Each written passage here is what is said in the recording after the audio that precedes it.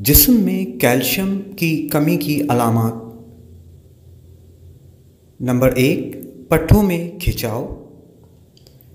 Number 2, हर वक्त सुस्ती और गुलूती तारी रहना। नंबर 3, शदीद थकावट महसूस होना। नंबर 4, उंगलियां सुन्न होना या सुइयां चुभना। 5, दिल की धड़कन बेतरतीब होना। नंबर 6, याददाश्त का कमज़ोर होना। 7, नाखून और जिल्द मुतासिर होना। 8, हड्डियों की बीमारियां। नंबर 9, दांत के मसाइल। नंबर 10, पट्ठों की अकड़न। नंबर 11, सर का घूमना।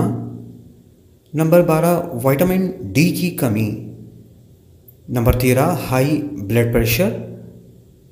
Number 14, depression.